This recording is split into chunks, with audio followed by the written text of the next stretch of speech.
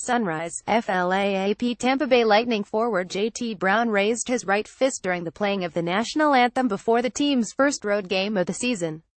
The 27-year-old Brown, who was scratched for Tampa Bay's season-opening win against Florida, remained standing throughout the anthem Saturday night. Brown, one of approximately 30 black players in the NHL, used the same protest before a preseason game against the Panthers last month.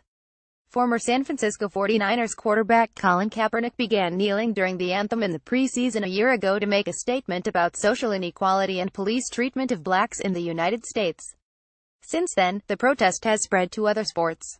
Brown is the son of former NFL running back Ted Brown, who played 8 seasons for the Minnesota Vikings. Pittsburgh Penguins fans were riffing on the "We Want the Cup" chant on Saturday, teasing the Nashville Predators with "We Got the Cup."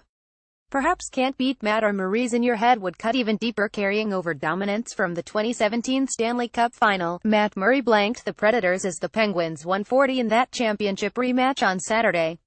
Murray shut out the Predators in Game 5 and 6 of the Stanley Cup Final, too, so this marks 3 goose eggs in a row for Nashville versus the quick-learning Pens netminder. The Penguins have outscored the Predators 120 in these past 3 games. Woof. Here's an exact update on that shutout streak. For better or worse, the Predators get a chance to score a goal against the Penguins, and possibly Murray, depending, when they meet again in Nashville on November 11th.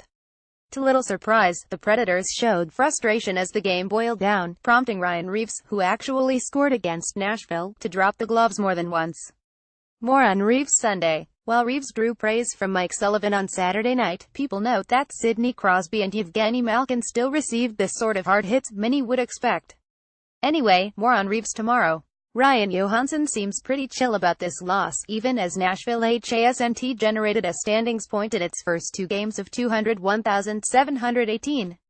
Maybe it's because he was sidelined during Murray's first 2 shutouts against the Preds. Ryan Johansson: "It's only 2 games, but we're behind the 8 ball. We need to go home and take care of business." Preds, Brooks Braden at Brooks Braden, October 8, 2017. Well, what can you really say, right? The not-so-good familiar part for the Penguins. As much as this was a great night for the Penguins, the Groundhog Day feel of history repeating itself had its negative aspects. To be specific, the Penguins continue to deal with bad injury luck for their defensemen. It's easy to think back as Chris Letang is the only loss during that last run, but others either missed time or were limited by ailments. Ian Cole was the latest to suffer a rough break, losing teeth thanks to a gruesome puck to the face. The Penguins said he's out indefinitely. The reports regarding the demise of Alex Ovechkin's elite sniping ability appear to be greatly exaggerated.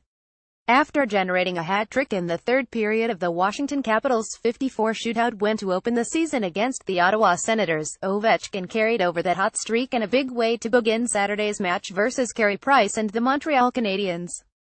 Ovechkin even did something that's rare for an all-time goal scorer like himself, scoring hat-tricks in consecutive periods. Per NBC Sports Wash, Ovechkin is only the 4th player to have back-to-back hat-tricks in NHL history. Last one was 100 years ago. Isabelle Khurshudyan at Khurshudyan, October 8, 2017. His first goal was pretty ridiculous. The second came from his office on the power play, and then he tipped in a shot for the third. Check out the first. While others have used empty netters to get their hat tricks, it's also worth noting that all 6 of Ovechkin's goals so far have come against goalies, and good ones, normally. You can watch the hat trick in the video above this post's headline. Here's the tip goal. This puts Ovechkin at 6 goals, and he has 2 periods to add more. Ovechkin, 32, only scored 33 goals in 201,617, prompting many to believe that he would no longer be a runaway Richard Trophy winner.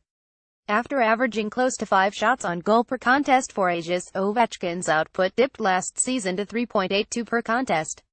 He also saw a drop in ice time, down to 18-19 after averaging 20 minutes and change for some time.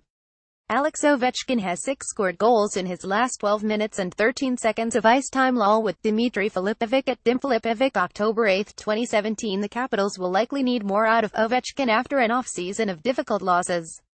He's firing the puck away, so even if the bounces slow down, there's a good chance that Ovechkin could regain his status as the king of the snipers. Ovechkin had 6 shots on goal in that opening win and is letting the pucks fly, which behooves well for him, being more than just a quick starter. Also, there's that decade of evidence that Ovechkin is almost unstoppable. Ovechkin had 6 shots on goal, 7 attempts in the first period. Tom Galetta at Tom Galetta Hill, October 7, 2017. Here are highlights of that win against the Senators, featuring his other hat trick. It looks like Ovechkin added a 4th goal, so buckle up. Alex Ovechkin has 7 goals in his first 5 periods. Connor McDavid may have to score 100. Terry Jones at by Terry Jones, October 8, 2017. Dale Talent-Stuver of the Florida Panthers seems less and less about saving money and more about restoring his vision. After all, salary retention made the Jason Demers, Jamie McGinn trade pretty even financially. Talon also spared no expense in reportedly signing promising young defenseman Michael Matheson to a whopping new deal. Sportsnet's Elliot Friedman originally reported it, and TSN's Bob McKenzie backs it up as a done deal of 8 years, $39 million. That means Matheson will carry a $4.875 million cap hit starting in 201819, as his rookie deal still has 1 year remaining. The Panthers have yet to confirm it, but this seems like a safe bet to be true. Giving Matheson an 8-year deal could be understandable if it meant huge savings. Handing him almost $5 million would be reasonable if you instead wanted a bridge deal to see if he's really worth that money. The Panthers giving Matheson both is where things get hairy, and many reactions boil down to Matheson being good, but the contract being bad. I like Matheson. In fact, I wanted the Leafs to pry him out of FLA, but that contract is, it's not good. Head in a Jared at Jared F. London, October 7, 2017. Now, it's better to overpay a talented player than it is to say, give precious cap space to a more limited defenseman like the Panthers once did with Letestaj Jovanovski. It's one thing to lock up a player early in a contract year, when that person is a huge part of your marketing plan and could very well cost you a ton of money a year later. There's a reason why teams like the Buffalo Sabres are proactive with the likes of Jack Eichel. Even as a prominent member of the Panthers' defense, it's a bit baffling to imagine that they would want a bigger sample size before handing Matheson almost $5 million per year. This is a guy coming off of a 17-point season. Would a strong 201,718 season really hurt that Panthers that much in the wallet? Matheson's a fine enough top 4 guy, but I'm not convinced there's upside, and I can't explain the urge to lock him up until 2026. Pic.twitter.com /Mixum, Sean Tierney at Charting Hockey, October 7, 2017. Now Matheson is opened up to potentially painful comparisons. Look at the Anaheim Ducks, who have one proactive deal that looks better, Josh Manson, and one strenuous RFA situation that fell very nicely for them, Hampus Lindholm. The Panthers have already seen a promising defenseman struggle under the weight of a lofty new extension. It's plausible that Aaron Ekblad will get things back together, and a star defenseman is often worth the $7.5 million he's receiving, and then some. Still, at the moment, people feel a lot worse about Ekblad's deal than they did before, and that was a more agreeable decision in the moment. Between Ekblad, Matheson, and Keith Yandle, the Panthers will devote $18.725 million to 3 blue liners beginning in 201819. Overall, it's tough not to criticize this process, even if there are still some things to like about Florida's roster, and that includes Matheson. Did they really need to cut ties with Jaromir Jagr, Jason Demers, Riley Smith, and Jonathan Marchessault so rapidly? Did this Matheson deal need to get done right away? It also feels a little slapdash. Again, things aren't all bad, and Matheson has talent. The bigger picture could be prettier, though. Tune in on Sunday for a breakdown of the good and the bad of this team's structure. One can quibble about a flaw or two in a young player's game, and NHL coaches certainly seemed to focus on those errors, sometimes arguably while giving low-ceiling grinders a pass. Such decisions go from frustrating the nerds to irritating a wider range of a fan base after losses.